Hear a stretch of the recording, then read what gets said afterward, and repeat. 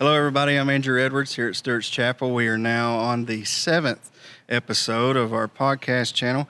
And today our topic is going to be on something that is, to me and our guest here, that one of the most important ministries we have within church, and that being the men's ministry.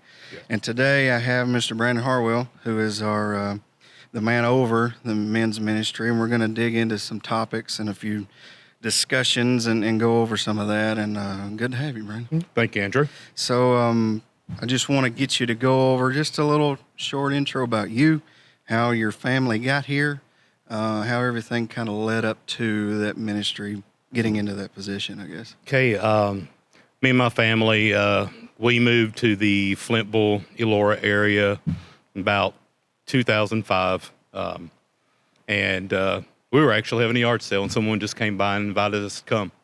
So I gave my life to Christ in 2006. So I was 26. It's been a ride. It really has, because a lot of times we want to make it where God is the one that is over the relationship, where we have to do nothing. And so I was kind of stagnant for a while until I really understood what it meant to have a relationship with Christ. Okay, so let's dig in a little more on the ministry side. What is the importance of men being together in the fellowship and the growth? And from your perspective, what is the importance of that? Well, the Bible talks about in Proverbs 27:17 that as iron sharpens iron, one person sharpens another. We live in a time where people are becoming more and more lovers of themselves. They mock what is good. And as men, we have a tendency to want to handle things ourselves. Women are very good about, if they have an issue, they will go to one another. They will ask for help. They'll ask for prayer. Men, we like to bottle things up, and that's not a good thing. It helps us specifically because, as the man goes, the family goes.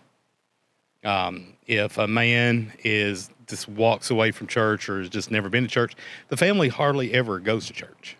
But when you see the father or the man of the house really step up, you will see really a change in the whole family structure. I heard it said that one reason that people act the way they do is because there's no man in the house. There's no father figure. Look at society. Look at what's happening right now. And it's plain to see that.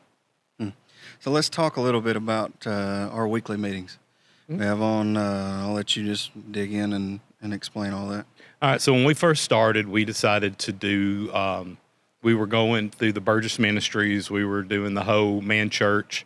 That was good for the start. The very first lesson we did was over integrity.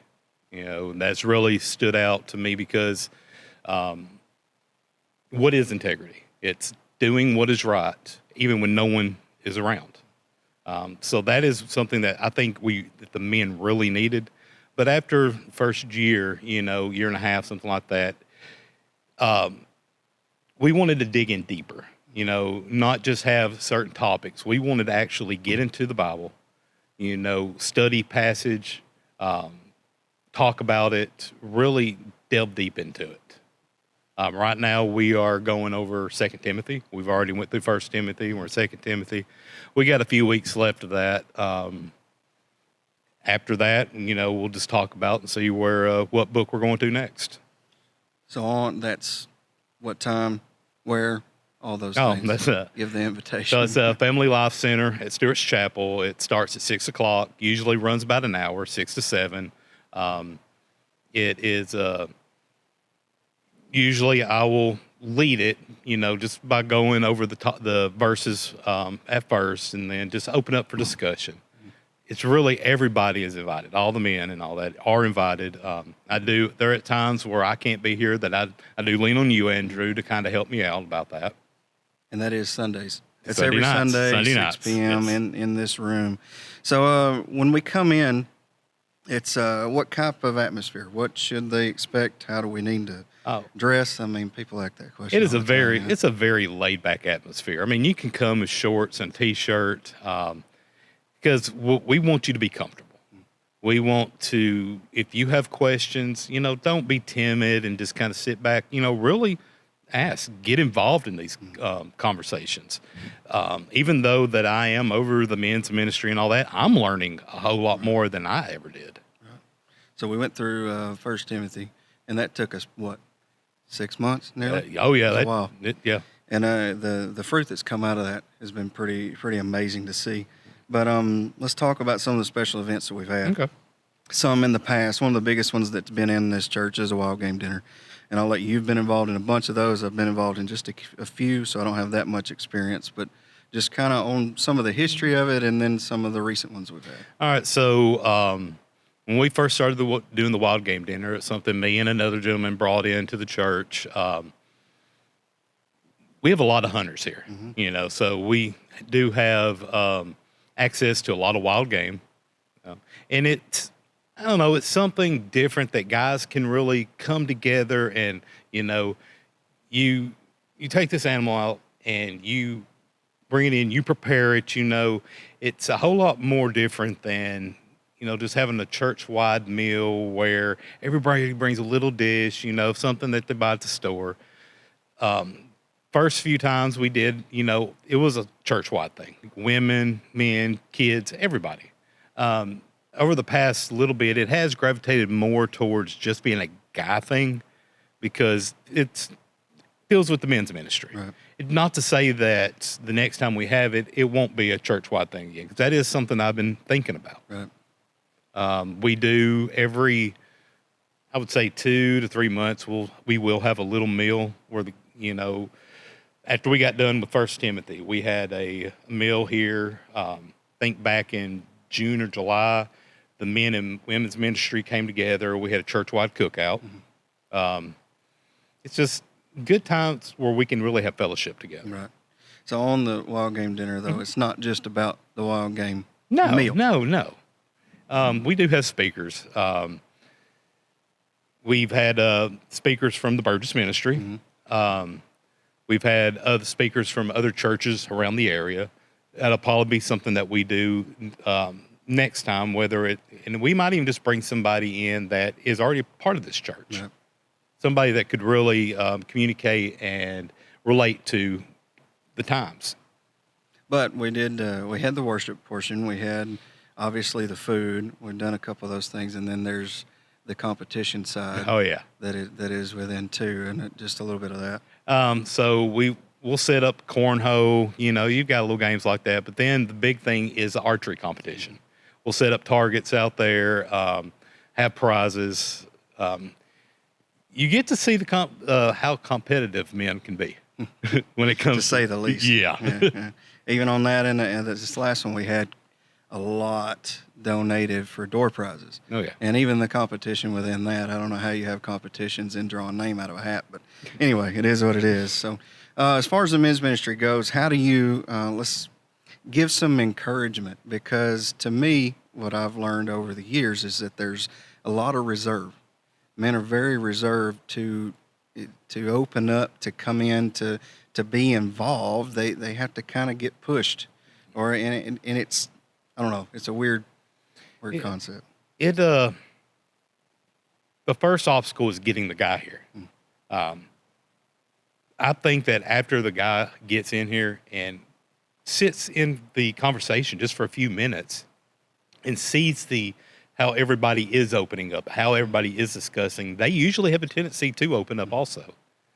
So I don't think it's really having to push so much as to get a guy to open up. It's to get them involved to begin with. Yep. So the biggest thing, and a lot of times we'll read over something and it'll jog something in somebody's mind, and we'll go down some rabbit hole and there'll be stories about whatever come up. But all of it is, to me, has been the fellowship between us and growing the it sounds funny, but the intimacy that comes out of that, and the growth that comes between them, and that's been a big thing on me. And let's see, got a couple more questions. So the biggest one that I want to ask, and I try to ask all the ones that I sit here and ask questions to, why Stewarts Chapel for you and your family? So that is a question I've been asked a lot. Even when it comes to my kids have asked, that question. We feel welcome here. But even when we haven't, I've had to realize that I'm not going to the church for a person. I'm going to church to worship and to strengthen my relationship with God. I don't, and know this might sound controversial to some, I don't consider myself Church of Christ, Baptist, Pentecostal. It's right now, in my time of life, this is where God has led me to be. Not that, a year or two now, he might lead me somewhere else. But Stewarts Chapel Baptist Church has been our home for the past, since, like I said, 2005. 20 years. Yeah, it's been a long time. Yeah. So just our closing thoughts here. If you want to give any type of insight on some things that may be coming up, or what our study's on, or we've already kind of gave the invitation, but just reiterate that a little bit. So, like I said, we have been going over 2 Timothy. We should be done with that in the next few weeks. We haven't really decided where we're going to after that. There has been talks about, and it's a little bit of a joke, a little bit, about Revelation. I don't feel comfortable teaching that yet, or even going over that. So I don't think we're going there. Yeah, I don't think it's ready. I think I would like to go over a book in the Old Testament. I'd like to go back to some of the beginnings, really delve into that, because the Bible is separated into Old Testament, New Testament, but in all honesty, it is one book. There's no separation of the two. After we get done with 2 Timothy, we'll have another meal. I think we've talked about going to Los Trojas or something like that. Yeah.